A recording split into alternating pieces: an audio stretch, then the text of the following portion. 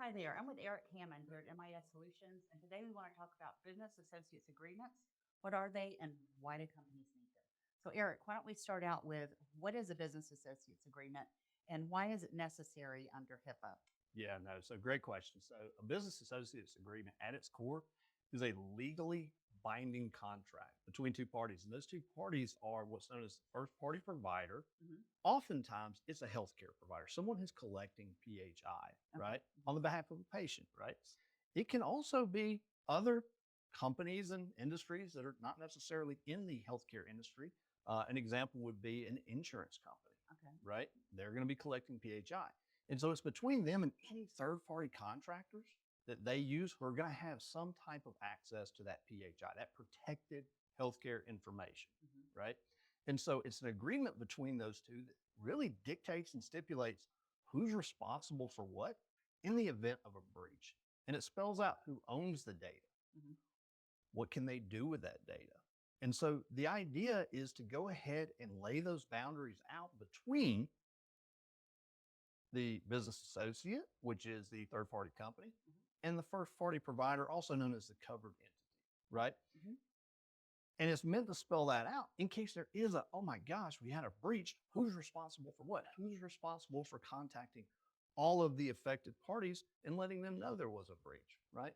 And so it's meant to keep you really outside of court because everybody already knows what their responsibilities and what their roles are. Mhm. Okay. So, what are the key elements that should be included in the standard BAA to Yeah. ensure compliance? So it's a great question. And the first thing I would say is if you are at a point where you need to have a BAA with one of your third party vendors, Mhm. you need to consult your counsel, your attorney, right? You can certainly work with the Department of Health and Human Services. They have tons of good documents that will tell you the things that you need to be looking out for and the things that you need to include. But because this is a legally binding contract, you need to seek out the services of a qualified attorney, right? But at its core, a BAA should include what are the permitted uses for the PHI Mhm. that the business associate is going to come in contact with. At its core, that's what it should say. Okay. What would be an example of that? Okay, so a great example that's really often the easiest one is defining what a breach is Mhm. and who's responsible in the event of a breach. So, for example, if I am a covered entity and I'm going to give you access to my PHI Mhm. and then you get breached, well, you've got my PHI, you've been breached. Who's responsible for notifying all of those people whose records are now leaked on the internet, right? There's a cost to that. Mhm. I don't want to be responsible for that. I wasn't breached. You were, Carol. And so the BAA is meant to protect me from that. Okay. All right, I get it. All right. So, what risk do companies face if they fail to execute a proper BAA with their vendors?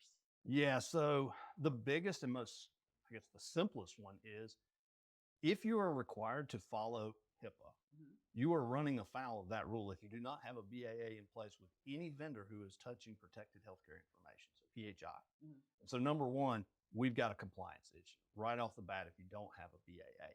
If you don't have a solid or proper BAA, and that's a subjective phrase, I get it. That's why I say you need to talk with an attorney, right?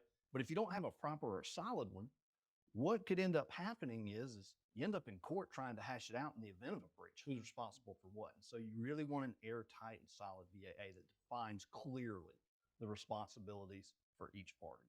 At its core, I know we're in the IT industry here and we're talking IT, but Mhm. at its core, this is a legal contract, Mhm. right? And so you want to enlist a specialist, right? If I have a problem with my feet, I'm not going to see a cardiologist, right? Mhm.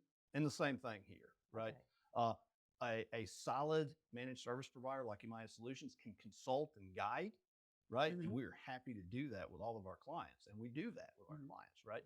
Mhm. But at the end of the day, because this is a legally binding contract, you want to consult an attorney. Again, if you're dealing in PHI and you're granting access at its most basic form, if you're giving an outside party access to PHI that you have, you need a BAA, and that BAA needs to be vetted by an attorney that you pay for. Okay. Well, Eric, thank you very much. We appreciate that information. You're very welcome.